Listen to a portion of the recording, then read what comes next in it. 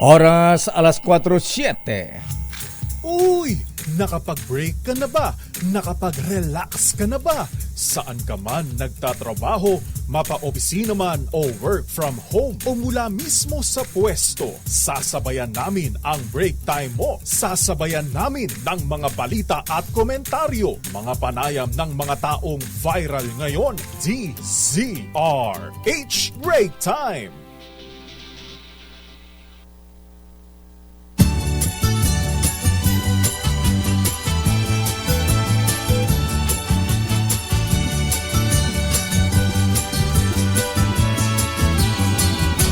Feliz Navidad, Feliz Navidad, Feliz Navidad, prospero año y felicidad. Magandang hapon, Pilipinas. Feliz Traffic po ba? Sobra. Sobra. Sobra lakay. Sinabi mo, ha? Pati ambulansya nata-traffic ngayon. Magandang hapon, Pilipinas. Ako po si Denyo Makalma. Ako naman, Thea Petro Corpus. At narito ang headlines ng ating balita ngayong araw ng Biyernes. Thank God it's Friday. At 22 ng buwan ng Disyembre. Sa ating mga headlines, kalat-kalat na pag-ulan. Mararanasan sa ilang bahagi ng bansa dahil sa shear line at hanging amihan. Ayon sa pag-asa, nako, mukhang wet-wet Christmas tayo ngayon, Miss Taya. Mamasama sa alakay. Pero pagbaba ng poverty rate sa bansa, welcome sa Administrasyong Marcos. Big time oil price increase, nako. Nakaamba naman sa susunod na linggo. Ito ba ang pamasko sa atin? Yan na nga yung sinasabi mo, lakay. Mga pasahero, dagsana sa mga paliparan at pantalan. Basa drivers naman sa PITX sa Paranaque, isa sa ilalim sa drug test bago sila bumiyahe ayon sa LTO. Number coding, suspendido sa Pasko at Bagong Taon. Pangulong Bongbong Marcos binuksan ang Malacanang sa publiko hanggang sa bisperas ng Pasko, araw ng Linggo. Mga Pinoy ligtas sa mass shooting sa Prague, Czech Republic. Oh, grabe ha, estudyante yun na Marel. 14 po ang namatay. May ganyan na rin dyan, lakay. Ayan, dahil sa social media yan, gaya-gaya. Gaya-gaya po kumaya. Samantala sa detalye ng ating mga balita, wala nang magiging bagyo sa Pilipinas sa pagtatapos ng taong 2023. Pero makaranas pa tayo ng mga pag-ulan. Ayon na sa Pag-asa DOST, mababa na ang tsansa magkaroon pa ng bagyo sa mga susunod na araw. Pero makakaranas po tayo ng mga kalat-kalat na pag-ulan, may kasamang pagkurog at pagkidlat dahil sa shear line at amihan. Sabi ng Pag-asa, partikular na mararanasan ang shear line sa silangang bahagi ng Luzon, kabilang na ang Cagayan, Isabela, Aurora, Quezon at Camarines Norte. Amihan naman ang mararanasan sa Metro Manila, iba pang bahagi ng Ilocos Region, ganoon din sa Central Luzon at ilang bahagi ng Calabar Zone. Samantala, bumaba ang poverty rate ng Pilipinas sa unang 6 na buwan ng 2023. Ayon sa Philippine Statistics Authority, naitala na lamang sa 22.4% ang poverty rate sa bansa mula sa 23.7% noong 2021. Paliwanag ni PSA Chief Claire Dennis Mapa, 224 sa bawat 1,000 Pilipino ang may hindi sapat na kita para tugunan ang kanilang pangangailangan. Humigit kumulang nasa 230,000 na pamilya naman ang nakaahon na sa kahirapan base sa naitalang poverty incidence sa bansa. Pinakamarami naman ang naitalang nasa ilalim pa rin ng poverty line sa Bangsamoro Autonomous Region in Muslim Mindanao. Samantala, welcome sa Marcos administration. Ang bumabang poverty rate sa bansa bumaba sa 22.4%. Matay sa report ng Philippine Statistics Authority PSA, Bumaba sa nasabing datos ang poverty rate sa unang quarter pa lamang ng taong 2023. Ayon kay NEDA Secretary General Arsenio Balisacan, unti-unting nakabawi ang Pilipinas mula noong 2022 nang magdesisyon ang pamahalaan na alisin na ang COVID-19 restrictions. Sabi pa ni Balisacan, malaki ang naitulong ng interventions ng gobyerno katulad ng targeted cash transfer program, fuel subsidy, one-time rice allowance, libreng sakay program at iba pa laban sa mataas na inflation. Prioridad ngayon ng Marcos administration na maibaba sa single digit ang poverty rate sa bansa. Samantala, abiso naman sa mga motorista, posibleng may malakihang pagtaas sa presyo ng petrolyo matapos ang Pasko sa susunod na linggo. Sa pagtaya ng Oil Industry Sources, piso 40 sentimos hanggang piso 60 sentimos ang posibleng taas presyo sa kada litro ng diesel at gasolina, habang piso 60 sentimos hanggang piso 80 sentimos ang increase sa kada litro ng gas o kerosene. Ayon sa Department of Energy, ito kay bago yung excuse nila. Bunsod ito ng ginagawang pag-atake ng mga rebeldeng grupo sa mga sasakyang pandagat sa Red Sea bago sa pandinig, di ba? Sa Lunes, iaanunsyo ng oil companies ang pinal na oil price adjustment sa karaniwang ipinatutupad tuwing araw ng Martes. Feliz Navidad. Samantala, dagsana ang mga pasaherong magsisipag-bakasyon sa Ninoy Aquino International Airport na iya 3 araw bago ang Pasko. Batay naman sa datos ng Manila International Airport Authority, hindi bababa sa 135,000 na pasahero ang dumadating sa NAIA kada araw mula pa noong nakalipas na linggo. Inaasa naman ng MIAA na aabot ito ng 145,000 ang mga darag sa mga pasahero sa mga susunod pang mga araw. Dahil dito nagdagdag na ng mga taon sa loob na at labas ng Ninoy Aquino International Airport para matek naman ang seguridad ng mga pasahero. Ang mga pasahero ay pinayon naman na pumunta sa paliparan ng 3 o 4 na oras bago ang kanilang flight. Pero isa mo na ang traffic dyan. Yun allowance sa 5 hours siguro. Ay, totoo lakay. Para hindi kayo maiwanan, doon na kayo mag-overnight. Samantala, tinataya ng Philippine Ports Authority na aabot sa 300,000 pasahero ang daragsa sa mga pantalan sa bansa. Ayon kay PPA spokesperson Eunice Montes, simula ngayong araw ang bugso ng mga pasahero dahil huling araw ng pasok sa trabaho. Inaasahan din na tatagal pa ito hanggang bisperas ng Pasko o December 24 na uwian para sa mga hahabol magpasko sa kani-kanilang mga probinsya. Tiniyak naman ni Samonte na nakalatag na ang seguridad sa mga pantalan dahil bukod sa 2,000 security forces ay may malasakit help desk din na nakahanda para tumulong sa mga pasaherong mangangailangan. Samantala, fully booked na. Feliz Navidad. Punuan na ang biyahe sa 3 destinasyon sa Victory Liner sa Pasay. Feliz Navidad. Ngayong araw pa lamang ng Biyernes bago magpasko o holiday season. Ito ay ang online na booking ng mga biyahe patungo ng Baguio City. Sa Baguio, super traffic na raw. Sa dami ng mga tao. Isabela at maging sa Cagayan. Pero ayon kay Reggie Perez, Terminal Master ng Victory Liner, dyan sa Pasay City, kontrolado pa ang biyahe. Dahil marami pa rin silang additional units na ipinapasada sa mga patok na mga destinasyon. Inaasahan ni Perez na hanggang mismo araw ng Pasko, sa Lunes ay marami ang mag-uuwian sa probinsya at magbabakasyon.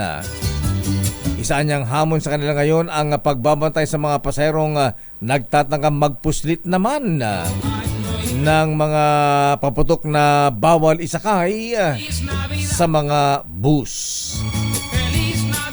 Samantala, kailangang sumalang sa drug testing ang lahat ng tsuper ng bus sa Parañaque Integrated Terminal Exchange bago payagang bumiyahe ngayong holiday season. Sa inspeksyon sa PITX, sinabi ni LTO Chief Secretary Vigor Mendoza II na ang magpopositibo ay sususpindihin, pagpapaliwanagin at hindi papayagang bumiyahe at isasalang sa confirmatory test.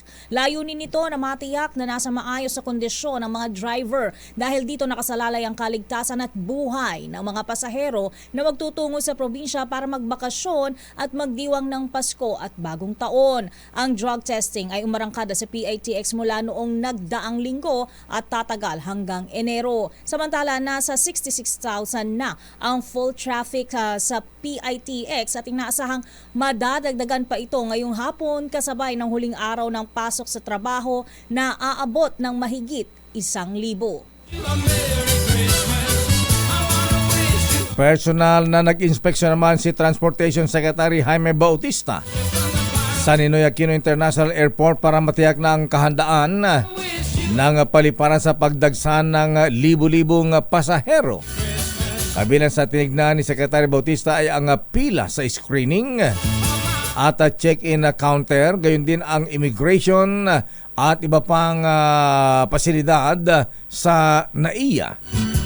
Nagipag-usap din ng kalihim sa ilang pasahero pang alamin ang kanilang karanasan sa Ninoy Aquino International Airport.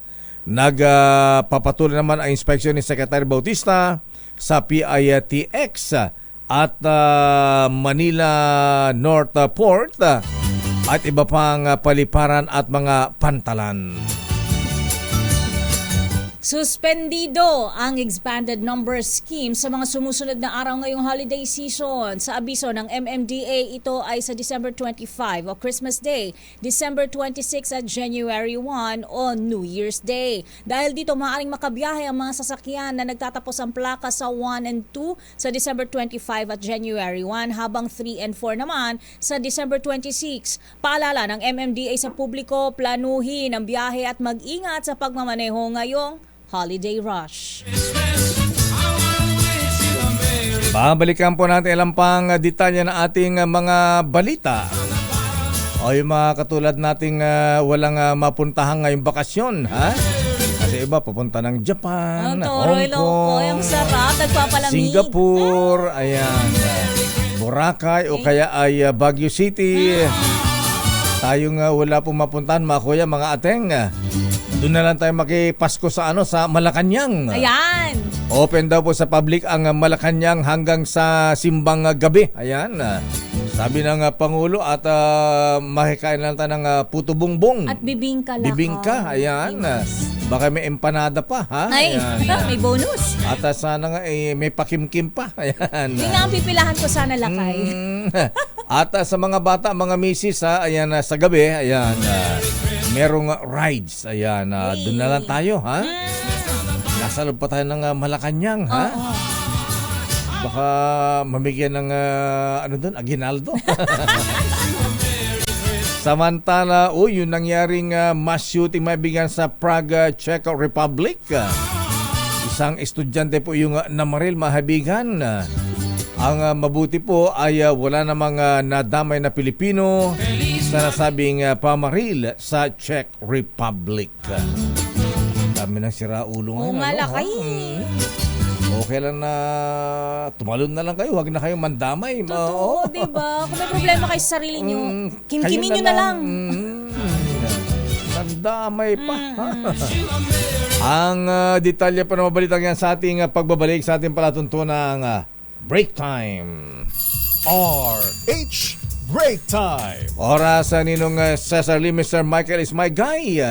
Ninang Hermana Roji Sarangaya at Doktora Isa Suntay, alas 4:22. Ang Pasko ay binuksan po natin ulit ang palasyo para sa inyong lahat. Open house po kami ngayon. Habang may simbang gabi, open house po ang palasyo. Puntahan po nyo kami, bumisita kayo. Kompleto ang mga pakain natin ng bibingka at saka siyempre yung specialty ko, puto bumbong.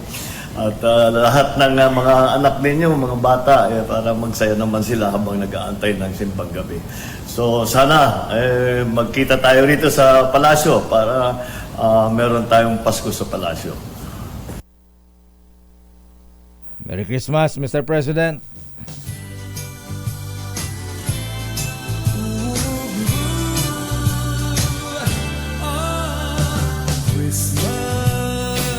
Ayan, yung pong walang mapuntahan ngayong araw hanggang Pasko, ha? Nag-imbita po ang Presidente Bonget, ha? Ayan. Tara na. Nakay para daw Sugurin natin. Ayan. yung mga wala daw ninong at ninang, pwede bang makipila doon? Ayan, no. Tara na, sumugod tayo sa Malacanang. Mangaroling tayo doon. Ayan. At nag-iimbita nga ang Pangulong Ferdinand Bongbong Marcos Jr. sa publiko na pumunta sa Malacanang ngayong Kapaskuhan. Sa kanyang mensahe, inimbita ng Pangulo ang publiko na bumisita sa Malacanang at dumalo sa simbang gabi kung saan may inihandang makakanin at libre. Ha? Ito po ay puto bongbong at bibingka. Ano pa ba, ha? Dagdagan mo na, Mr. President, ng empanada, apo. Nakay, Ayan, tsaka sa namin panulak. Ayan, Salabat oo, o ano man ang tsokolate. Kahit Jim's Coffee, ayan, pwede na kami doon.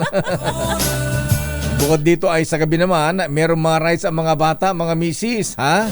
Meron pong rides ang mga bata, ayan, 7 o'clock hanggang 11 ba yan, apo, ha? May rides din ang mga bata na pwede nilang i-enjoy. Si President, di naman lang nagpasabi. Sana dinala ko yung Chubibo dito sa Star City doon. Pinarentahan mo sa kanila. Libre. Sa pagbubukas ng Malacanang sa publiko ay pagpapatuloy ng tradisyon noong panahon pa ng dating Pangulong Ferdinand Edralin Marcos Sr. at dating First Lady Imelda Romualdez Marcos. Kala ko panahon pa ni Aguinaldo.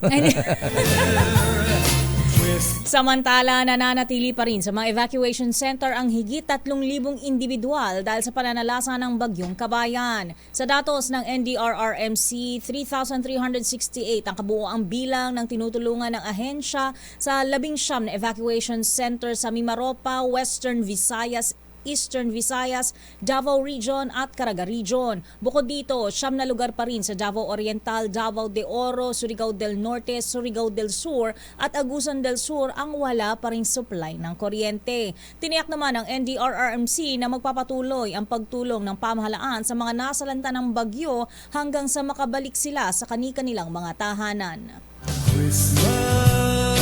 At kayo po ba ay lalabas? Nasa opisina po ba kayo o nasa bahay at pupunta ng mall? O kaya ay nasa opisina kayo at may pupuntahang mga Christmas party? Alamin mo natin ang daloy ng traffic sa Metro Manila. Mahabigan nasa ating linya. Si Greg. Si Greg Reyes ng MMDA Metro Base. Greg, magandang hapon sa iyo, pare ko, at Merry Christmas. Yes, at Merry Christmas and magandang hapon po at sa iyo, Kuya Deo, at sa lahat ng tagapakinig ng DZRH na kung saan ibabahagi natin ang takbo ng ating mga sakyan sa mga oras na ito. Ngayong araw ng Biyernes, yung southbound ng EDSA, yung Balintawak, maluwag po naman yan. Unti-unti babaga lang tayo pagsapit dyan sa may area ng Muñoz. Paglapas ng Muñoz, nagiging mabilis naman ang daloy ng ating masakyan. Light to traffic po yan. Ang ibig sabihin, tuloy-tuloy na daloy ng trapiko hanggang dito po sa may area ng Ortigas. Magandang balita yan. Talagang maganda pa yung takbo ng southbound natin sa mga oras na ito at nagmo-moderate lang tayo hanggang sa bumilis pa rin ang takbo ng ating masakyan hanggang dito po sa may area ng papasok ng Guadalupe. Pero pagpasok ng Guadalupe, dyan sa may Buendia, may kabagalan na po ang tinatahak ng ating mga sakyan. Mabagal po hanggang dito sa area ng Magallanes. Ganon din pagbaba ng Malibay, nagiging tuloy-tuloy pa rin ang pagbabagal at nagiging moderation naman pagsapit sa area ng Pasay. Northbound ba ang takbo ng ating mga sakyan sa EDSA? na kung saan mabilis naman dyan sa area ng Pasay hanggang makaakyat ng Malibay, hanggang makababa ng Buendia, tuloy-tuloy naman ang daloy ng trapiko natin, moderation lang po, hindi naman kabagalan hanggang makasapit tayo sa area ng Guadalupe. Yung papasok ng Boni sa mga oras na ito, nagiging mabagal tayo hanggang makasapit tayo sa area ng Sio Boulevard sa Mandaluyong. At yun ang gagaling dyan sa area ng Pasig. Kung diretso naman kayo sa area ng Mandaluyong, medyo may katamtamang daloy ng trapiko naman ang ating naranasan sa mga oras na ito. Kung diretso naman tayo ng Ortigas, nagiging mabagal pa rin. Diyan lang po yan sa intersection, pero paglampas naman yan, nagiging moderate pa rin hanggang sa bumagal na po yan pagsapit nyo sa may area ng Santolan sa mga oras na ito at bumabagal ng kaunti pagsapit sa area ng Cubao. At yung Aurora intersection sa mga oras na ito, mabagal pa rin tayo sa mga daling ito, moderation hanggang bumagal tayo Quezon Avenue hanggang Trinoma. At yung papasok dyan sa may area ng Muñoz, mabilis na po yan hanggang dito sa may area ng EDSA Balintawak. Doon sa ating mga caller, yung ating number of coding patuloy pa rin nating ipinapatupad. Sa umaga po ay alas 7 hanggang alas 10. At yung window hour natin na 10 to 5 na pwede naman lumabas yung ating mga sakyan kahit coding, pinapatupad pa rin ho natin yan. Tandaan nyo, alas 10 hanggang alas 5. Pagsapit rin ng alas 5 hanggang alas 8 ng gabi, tayo po ay coding uli. Ngunit pagsapit ng alas 8 hanggang umaga, pwede na po kayong bumiyahe sa mga oras na nabanggit. Kung may mga problema sa karsada, traffic o emergency, huwag po tayo mag-aatubili laging tatawag sa MMD hotline numero 136. Yan lang walang ulat trapiko ngayong hapon at Greg. plus tanggap. Yes, Kuya Deo. Yung number coding, suspended nga ba sa Pasko at New Year?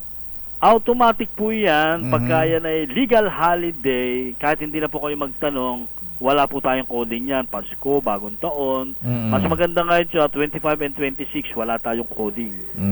Pagdating sa 30, wala pa rin tayong coding. Ayan. Yun. Sa legal holiday. Ayahayan. Hayahaya. Kaya lang hindi hayahay ang traffic ngayon, Oo Greg. nga. Saan ba ang lugar na Chok. hindi matraffic? Saan ba kami pwede dumaan? Nasabi mo pa, Kuya Deo, talagang ngayong magpapasko talaga, ay talagang kahit maaga pa, nakakaranas na rin ng pagtatraffic. Dahil yung mga tao, hindi natin mapigil ng pag-alis-alis, kahit isang kotse lang ang laman. Kaya kung maaari naman, kung tayo wala masyadong importante, huwag na tayo lumabas, huwag na tayo magdala ng kotse. Kasi ang karsada naman natin, ang EDSA, hindi nadadagdagan. Samantala, milyon-milyon na po ang sakyan natin sa EDSA, kaya hindi natin maiwasan na magkaroon ng pagbagal sa mga daan dyan sa area ng EDSA. So, talaga wala tayong magagawa dyan. Wala na. Given na yan. Wala na po, kaya dadagdagan na natin yung pasensya. Pagka tayo lalabas. Yung Mabuhay Lane, kamusta Ang po? Mabuhay Lanes po naman, hindi na rin natin masabi na talaga mabilis na ang daloy ng mga sakyan. Dahil nga po sa dami na lumalabas ngayon, kaya minsan, pero inaalagaan pa rin ang ating mga enforcer yan at tayo na may nakakatalaga na mga enforcer dyan, patuloy pa rin ang pag-aalaga sa ating karsada. Greg Reyes, maraming salamat at Merry Christmas. Yes, at isang magandang hapon po para sa DCRH. Thank you very much. Greg Reyes ng MMDA Metro Base. Ayan, dapat hindi na pinahaba yung report Sabi niya. Traffic Huwag na kayo everywhere. labas. Ayan. Traffic sa lahat ng sulok ng Metro Manila. Samantala, nako, eto na mga misis, mga kuya, ingat, ha? Abay, abot naman sa, isang sunog na naman ang nangyari kanina, ha? At 10 pamilya ang nawalan ng bahay matapos magkaroon ng sunog sa Visayan Hills, Barangay Old Balara, Quezon City kaninang umaga. Pasado alas 8 ng umaga nang sumiklab ang sunog at mabilis na kumalat ang apoy. Dahil gawa sa lahat materials ang mga dikit-dikit na kabahayan. Dahil malayo sa main road at makipot na daan, pinagdugtong-dugtong na lamang ang mga hose para maabot ang lugar kung saan malakas ang apoy. Hindi makapasok ang mga fire trucks. Iniimbisagan pa kung kaninong bahay nagsimula ang sunog. Pero ang maganda, wala namang nasaktan o nasugatan o namatay sa sunog na umabot sa ikalawang alarma. Ingat sa sunog.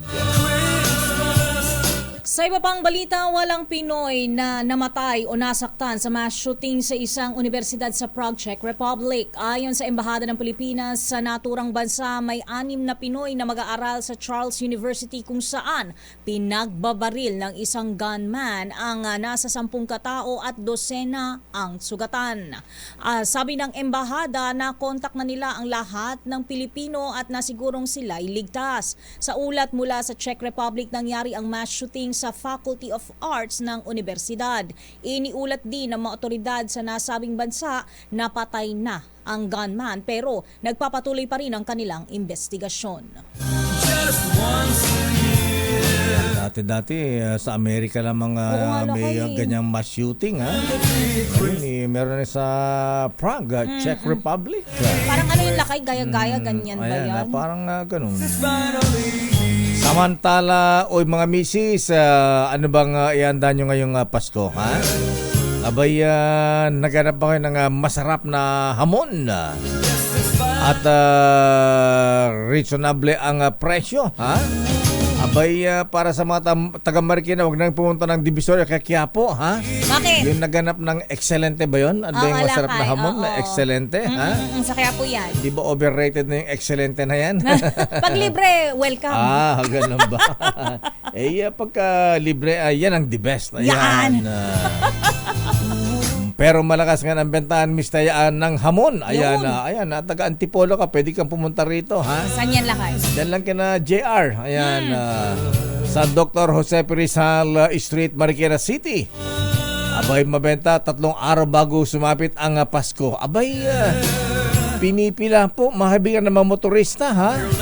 Ang magkakatabing tindahan ng processed meat products malapit sa Puto Avenue upang bumili ng Christmas ham. Ano bang kakaiba dun sa hamon nila dyan, ha? Ayon kay Aling Judith Petrada, may-ari ng Judith Meat Store, mas mabenta ang kanilang produkto ngayong taon kumpara noong 2022. Kasi wala ng COVID, Ayan. Naglalaro naman sa 550 pesos ang ham na branded. At ang iba naman ay homemade na iba rin ang presyo. Ayan.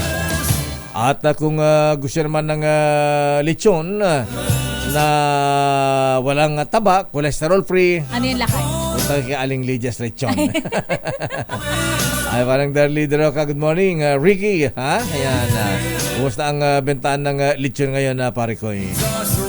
Speaking of lechon lakay, tumaas pa ang presyo ng lechon sa Laloma, Quezon City 3 araw bago ang Pasko. Sa ulat ni RH29 Boy Gonzales, mas mahal ang bentahan ng mga kilalang tindahan ng lechon. Naglalaro sa 8,000 hanggang 9,500 piso ang halaga ng small lechon, habang 20,000 naman hanggang 22,000 ang jumbo lechon. Mas mura ang ng 2,000 piso ang bentahan ng ilang maliliit na tindahan sa lechon capital of the Philippines. Naku, lakay, parang mailap ata ang lechon sa atin ngayon, ang mahal na.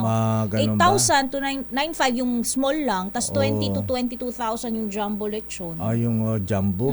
Baka yung 8,000 lakay, baka yung nag-diet last year, sayang. Yung mini, ayan. May mini. Ay, yung kutsinilyo, laki, mahal din kutsinilyo. yun. Mahal din ba yung kutsinilyo?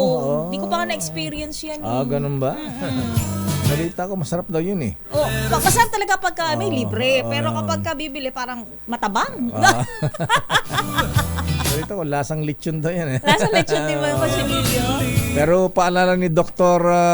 Hart Joey, napilyado ni Dr. no kanina.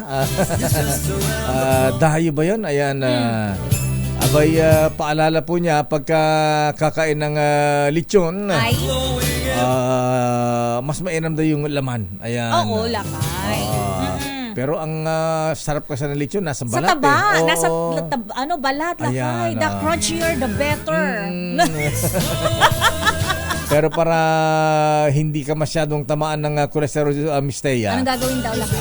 yun daw balat, kuskusin mo yung tanggalin mo yung taba. Ayan. As in yung balat na lang talaga. Oo, kasi yung dumidikit na taba dun sa balat. Yun daw ang mataas ang kolesterol. Maditon awanin ramanan. Yun lang, ha? Ang sabi-sabi nila lakay, kaya daw sinasawsaw yun sa suka. Ganun ba yun? Pero sabi-sabi lang yun, wag maniwala. Pagka sinasaba sa sukang Iloco yan, nawawala yung taba. Ayan, Sumit lang nga iso. pareho may laeng. Ay, huwag nga rod. Ayan, basta wag lang eat moderately. Ayan. Parang pag-inom lang ng Fundador Super Special yan eh. Oo, pulot-pulot lang lakay. Wag lamon. Ayan. At wag Sharon. Ayan. Oo, tikim-tikim. Samantala, may vinito pala ang Paulo Marcos dun sa proposed national budget sa 2024. Ano yung binito ng Pangulong Marcos sa Mislet? Ayan, kasama na ba dyan yung questionable na unprogramma budget? Ayan, program pala. Na parang confidential fund, ha? Pero nasa ating linya si Robin Hood. Si Senator Pototoy ba to? Hindi, sa Bali lakay, sa Bali. Sandali lang let at alamin nga muna natin ang traffic sa NLEX, ha? Abay, yung mga pupunta ng Ilocos, Baguio, Pangasinan. Ilocos, Slovakia. Ayan, Ilocos, Slovakia. Nasa ating si Robin Hood Ignacio. Ayan, ang traffic senior manager ng NLEX. Mr. Robin Ignacio, magandang hapon po. Mr. Robin. Magandang hapon po, Sir Deo at Ma'am Thea. Magandang hapon. Ayan, kumusta ang traffic diyan sa NLEX? Masikip na ba? Pahirapan na ba? Naku, Diyos ko. Nakita ko na. Oo. Sir, actually, dagsana po, sir, yung pauwi po ng probinsya. Umpisa po kaninang mag-aalas 2, sumaba na po yung pila natin dito sa Balintawak Toll Plaza at Mindanao Toll Plaza. Pero yung ginagawa po natin doon sa RFID lanes, nagpa-barrier up na po kami at mabilis po na nakakapasok yung ating mga motorista. Dito naman sa may cash lane, medyo mahaba pa rin po yung mga pila dito. So sa pagbabarrier up po natin, ino-open na po natin yung booth, tuloy-tuloy po yung pasok ng mga nandito sa RFID lane. Mabilis naman po na nagkaroon ng volume nga po dito sa area ng Valenzuela at saka may Kawayan. Kung saan nagpa-counterflow na rin po kami kanina dahil talagang mataas na po yung volume. At ngayon po, na-achieve pa rin naman po yung mga around 50 to 60 kph na dito sa may Kawayan area na. At sa ating pagka-counterflow, medyo nagbagal naman po doon sa pa-southbound, yung Manila bound traffic natin. So, pansamantalang tinigil na po namin yung pag-counterflow at pinadaanan po ulit ng ating pa-southbound. Medyo may volume din po itong papasok ng Metro Manila, Sir Deo, Pampeya. At ganun pong tuloy-tuloy po hanggang makarating po tayo ng mga San Fernando area. Maayos pa naman po yung ating dali ng traffic. Maging sa San Fernando hanggang papuntang Quezon. At hanggang makarating po tayo dito sa may last toll plaza ng SCTEX dito sa Tarlac, kung saan meron din po tayong konting pagpila ng ating mga motorista. Nagdagdag na rin po kami ng RFID lanes doon, maging po ating cash collection doon sa Tarlac ay nagdagdag na po tayo, kaya mas mabilis na po nakakalabas yung ating mga kababayan. Anong araw niyo po inaasahan ang pagdagsa ng ating mga biyahero dyan sa NLEX? Opo, kagaya nga po ng ini-expect po namin mula po kaninang tanghali, tanghali ay tumasa po yung volume natin at tuloy-tuloy po ito, expectation natin hanggang mamayang gabi at siguro bahagyang bababa po ng midnight hanggang madaling araw. Siguro madaling araw po bukas hanggang early afternoon po, ini-expect pa rin po natin na marami pa rin po tayong mga kababayang bibiyahe. So, bago magpaso kaya, itong traffic na to, mas lalala pa pagdating ng 24, 25? Sabado, Linggo, Robin. Sa tingin po namin itong Linggo, Sir Deo, baka bababa na po yung ating volume at nakapagbiyahe na karamihan po at naghahanda na po ng yung pagsalubong ng Pasko. Meron po ba kayong libreng toll kapag Pasko? May pamasko po ba kayo sa mga, di ba usually ganyan lakay, Sir Robin? Wala. Opo. Dito po sa Metro Pacific Tollways po, hindi po kami nag-implement po ng Wala. yung after count naman na po yung babiyahe. Pero ang namin po yung ating towing nag-implement na po kami ng free towing umpisa po kaninang 6 a.m. hanggang 6 a.m. po ng 24. And then 26 to 27 ulit. And then December 30 to January 2 para mas mabilis po yung ating pag-clear ng mga insidente at hindi na po makaabala lalo sa ating daloy ng traffic. Pero siguro mas mabilis ang traffic dyan sa NLEX, Robin, kung wag na kayo maningil ng toll fee. Baka wala na po tayo magmamanage. Ganun ba? Hindi naman po kasi Hindi, ngayon. pagka po talaga nagbo-volume. Ngayon Pasko lang naman eh. Yun, Sabi mo kay Ninong Manny Pangilinan. Ngayon, up naman po tayo. sabi mo kay Ninong Manny Pangilinan. Pamasko naman, Oo, oh. ngayon Pasko lang naman. Ako po. Baka nakikinig din po, Sir Mayor. Ayan na. Magkano ba ang kinikita ng NLEX sa toll fee sa araw-araw? Hindi masyado ako aware. Di ka aware dyan. Kung ilang milyon po yung revenues po namin. Okay, sige. Pero yun, kaya po to, tataas po nitong holiday season po.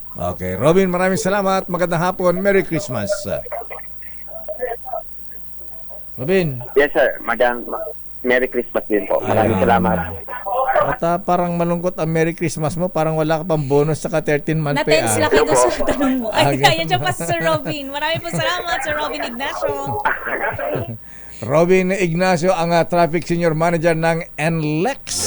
Hiningan mo kasi ng pamaskong toll, Lakay. Na-tense. Lakay bawas sa sweldo niya. Malaki-laki yan. Oo.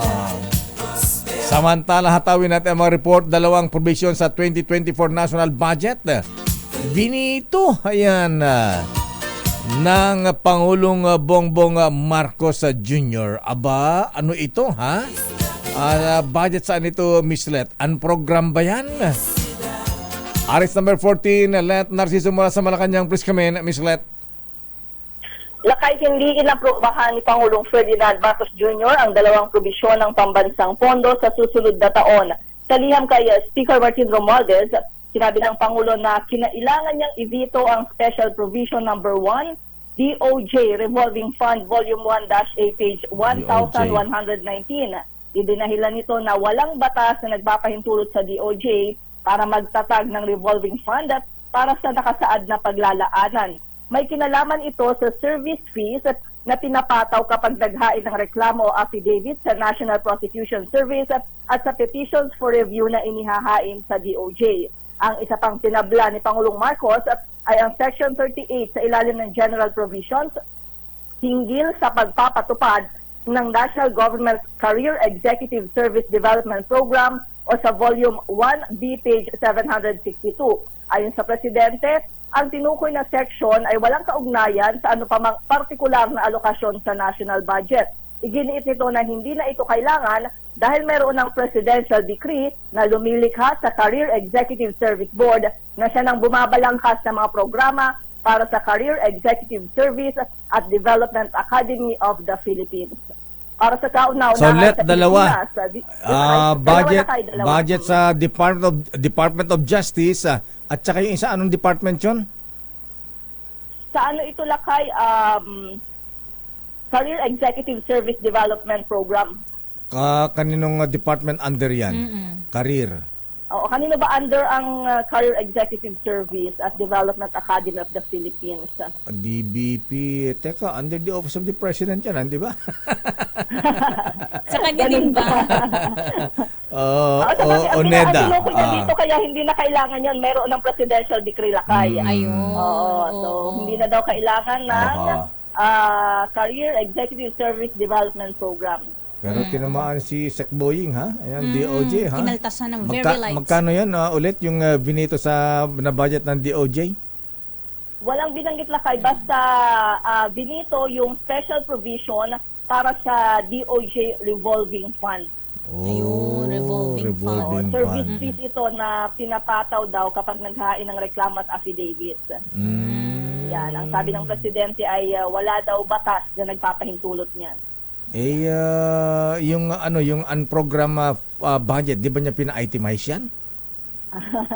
ang walang pahayag pa dyan ang Malacanang Lakay. Pero yung sabi ni BBM Secretary Abby Pangandaman ay mailalabas lang yan, maire-release lang yan kung may karagdagang kita ang gobyerno. Ayun. Okay. So, saan magpapasok ang Pangulong Marcos? First Family, jump lang ba sila sa Malacanang o pupunta ng Summer Capital, Mansion House sa Baguio o agawid na DJ Ilocos Norte, DJ Batak? Sa Malacanang lang Lakay. Malacanang lang. May chance tayong pumila. May chance tayong pumila. Oo. Namimigay ba ng aginaldo ang presidente pagka mamamasok kami diyan sa Malacanang? Di ba pwede mangaroling diyan? Lakay kailangan magpa-schedule siguro. Ganun ba? Hindi pwedeng oo. Sige, pa-schedule tayo kay Secretary Garafil. Ayan. Lahat Lakay sa Malacanang ay per appointment. Magkakaroling, mag-abiso siguro. Ready pa naman sige. na yung Lakay piece natin. Ayan, pwede ba nga, di ba, pagka nangarol yung mga bata, wala namang schedule, pumunta ka sa tapat ng bahay, kakanta doon. Impromptu. Di ba pwedeng ganun?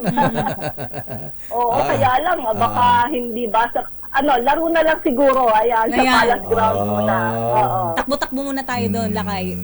Oo. Baka malay natin, baka may lumabas sa Santa Claus doon. Yun. Malay mo, ha? Ayan. Okay, sige, tignan natin. Ayan, di bale, makikisimbang gabi na lang kami. Puto bungbong na lang. Lakay, tikman na lang yung mga kakanin sa Malacanang. Okay, maraming salamat, Miss Leta. Balik sa inyo, Lakay at Miss Thea.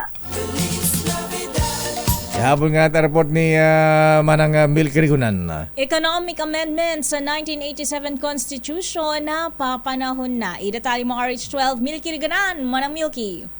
Panahon na para ayusin ang 1987 Constitution para makatugon sa kasalukuyang pangailangan ng bansa, lalo na sa aspeto ng ekonomiya. Suportado ni Congressman Robert Ace Barbers ang panawagan ni House Speaker Martin Romualdez na talakay ng amyenda sa ating saligang batas na sa sentro sa economic provisions. Sabi ni Barbers, kailangan repasuhin ang probisyon ng konstitusyon para mahikayat ang dagdag pang foreign investors na mamuhunan sa bansa at mapabilis ang pagangat ng ekonomiya. Katwiran ni Barbers, kahit ilang batas pa na mayroong kinalaman sa ekonomiyang ipasa ng Kongreso, may mga posibilidad itong questionin sa Korte Suprema. Matatandaan, inilutang ang Chacha noong panahon pa ng nagdaang Ramos administration, ilang taon na ngayon ang nakalilipas. Tanong ni Barbers, kailan pa ba ang sinasabing tamang panahon sa issue ng Chacha kung hindi na makahabol ang ekonomiya ng Pilipinas sa mga bansa sa Asia? Para sa kauna-una sa Pilipinas, DCRH, ako si Milky Rigunan. Tuloy-tuloy sa pagbabalita, tuloy-tuloy sa serbisyo,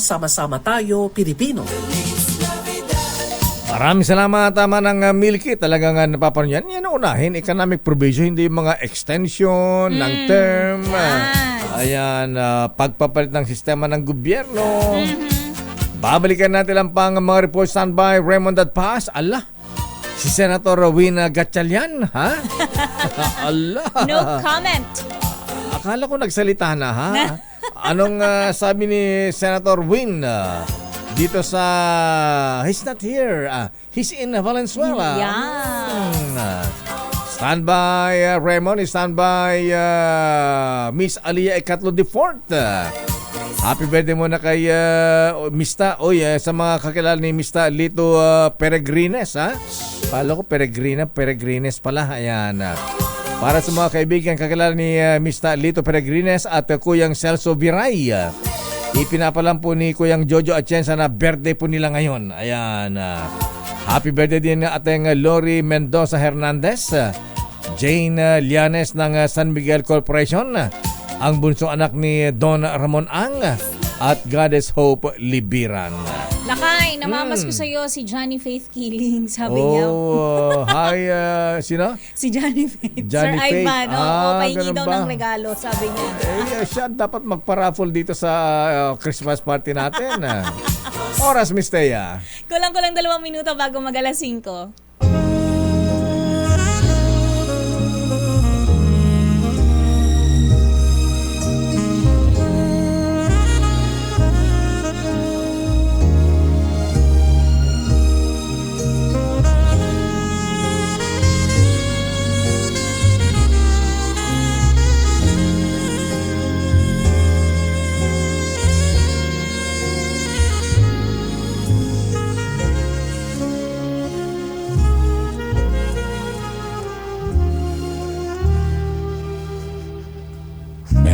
Christmas and a Happy New Year from DZRH.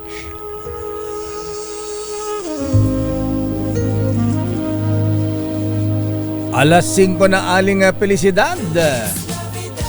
Hatawin natin ang mga report. Nako, Senator Win Gatchalian na boyfriend ni actress, beauty queen Bianca Manalo.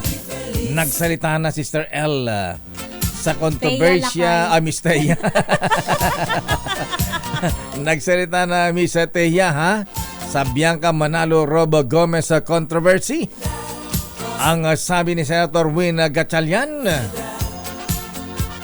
no comment. Suplado.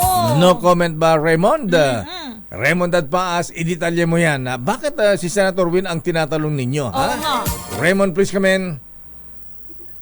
Mayor Mistaya, iwas pusoy si Senator Sherwin Gatchalian sa kinasasangkutan ng kanyang girlfriend na si Bianca Manalo at sa aktor na si Rob Gomez.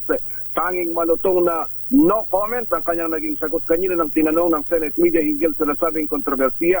Ang napansin lang ay niretweet nito ang ipinalabas na paliwanag ni Bianca hinggil sa tunay umano nilang relasyon ni Gomez. Ang pamilya ng kanyang girlfriend ay kasalukuyan ng nagbabakasyon sa Japan habang nasa Pinas naman ang senador. Una nito yung mainit na pinag-usapan sa social media ang umano'y palitan ng mensahe niya na Bianca at Rob na pinagpiestahan ng mga marites mga netizen para sa kauna-unahan sa Pilipinas. Paano ang kasal? Di ba nagbabalak ng magpakasal yung dalawa?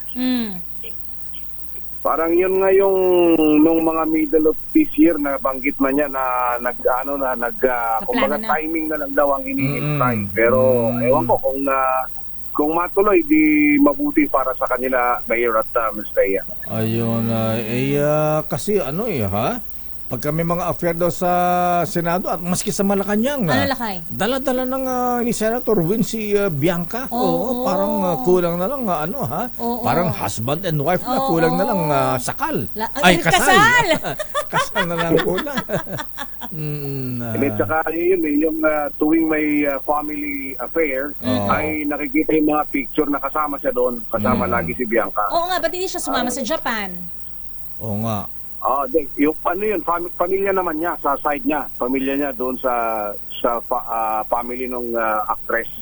Kahit na di ba dapat kasama Shota Oo, di ba? Long term na yun. Marites din. Ayaw ba ni bossing William Gatchalian? Ewan kung ano saan pupunta yung itong siyempre kausap natin yung ibang mga kasamahan niya nalulungkot dito sa balitang ito. Pero siyempre, pagbigyan natin, sabi nila, total magpapasko naman. Baka malaman daw kung ano talaga ang the real score, pag nagkalinawan sa usapin na ito, Mayor at Mr. Si Aling Felicidad Matira ng Batangas City, naiyak Bakit? Ayan, parang Catherine at Katniel. Catherine at Daniel. Ayan, saya naman daw, Anyway, sige, tignan natin. Sana magkaayos pa. Kaya lang, kung hindi na magkakaayos, understandable na yan. Okay. Wala bang si Senate President Mix, di ba namamagitan dyan? Siya ba ang tulay na ilalakay? O kaya si Mrs. Subiri, ayan. Sila ba ang naging tulay? Malay natin. Bilang Senate President, baka gustong aregluin. Lalo na si Bianca Manalo pala, Sister L. Miss Teya, ba yan? Mamamas ko na talaga ako sa'yo. Isa pa, strike ka na lakay. Miss Teya, ayan. Close na close pa naman si Bianca Manalo sa mga senador. Kasi nga laging kasama, sabi mo. Hindi, kasi binebentan sila na alahas. Ayan. Yun ang kanyang business. Oo, yan. Pahulugan? Gives. Mrs. Senado, hulugan? Malay mo lakay. Depende sa price siguro. Para paimbestigan natin kay Raymond dyan. Okay, maraming salamat, Raymond. Balik sa inyo, Mayor at Mr. Ayan. Sana may mamagitan, magtulay-tulay. Tsaka yung tidigo lakay. Agpadigo? Agpadigo da pa'y wala na. Agpadigo, no? Kastama tinapasamak. Kasta da nga kasta. malay mo, baka, let's hope na Whispering hope na lang tayo. Whispering hope na lang tayo. Baka magkaayos pa sila, ha? Ayan. Pero lakay. Kung no comment si Sen Gatchalian, huwag ka mag-alala. Kasi si Bianca Manalo, nagsalita na. Anong sabi ni Bianca? Oo, ito alamin natin. Nagsalita na ukol sa umunay leaked convo nila ni Rob Gomez. Ano sabi? Anong sabi? Idetali mo, Aliyah Ikatlo, the fourth. Lakay at Miss Thea, binasag na nga ni Bianca Manalo ang katahimikan sa mainit-init na ring issue sa Akala ko pagitan niya. nagbasag. Anong binasag? Mukha ba? At ang issue sa pagitan niya at ni Rob Gomez, ang kanyang co-star, sa pinagbidahang TV series. Sa inilabas na statement ng actress beauty queen sa Instagram, nilinaw niya na false rumor ang kumakalat sa internet. Magkaibigan lang daw sila ni Rob at magkatrabaho. Kung babalikan natin ang na-post na kanilang pag-uusap sa Telegram, tinanong ni Bianca kay Rob kung kaya ba nitong makipagkita ng alas 7 ng umaga. Wow. Dahil aalis pa siya ng alas 10 lakay at Miss Thea. Sabi pa ni Bianca kay Rob, he's not here, he's in Valenzuela. Pero paglilinaw niya, magbibigay lang daw ng Christmas gift si Rob. At gusto niyang matanggap ito ng mas maaga dahil papunta siyang airport noong araw na iyon. Pero sabi pa ni Bianca, nakakadismaya raw na na-expose ang conversation ng walang consent. Paglabagaan niya ito sa kanyang privacy at dahil nakatanggap pa siya ng bashing. May bahagi rin daw ng kanilang pag-uusap ay deleted na sa nasabing screenshot. Sana raw ay matapos na ang kontrobersiyang ito para ma-enjoy niya ang kanyang bakasyon sa Japan kasama ang pamilya. At sabi pa ni Bianca, let us spread love and the truth this holiday season. Pero lakay at Miss Thea, kung matatandaan natin na nag-birthday pa sa Malacanang, ito si Bianca Manalo kasama si Pangulong Bongbong Marcos at ang mga senador. Lungkot naman.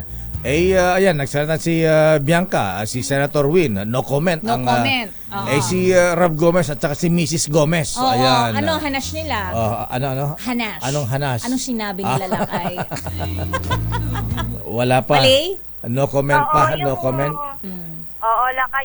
Si Herlin Budol ay nag-comment na at pumalag din sa issue. Si Rob Gomez naman ay iniintay pa natin ng clarification kung ano nga ba ang katotohanan sa likod nitong issue ito.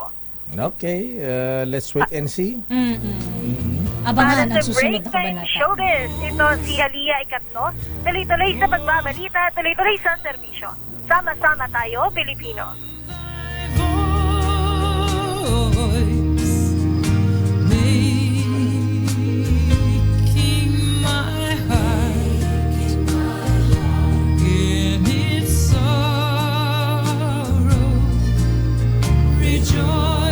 Nakapag-rejoice pa kay si Bianca.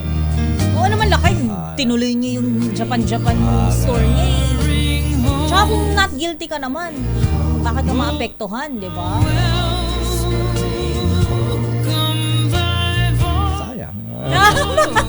Sayang kung hindi sila magkakasundo. Ayan. Pinakilala sa Malacanang. Balak pa nga sanang kunin ng ninong at ninang ang First lady.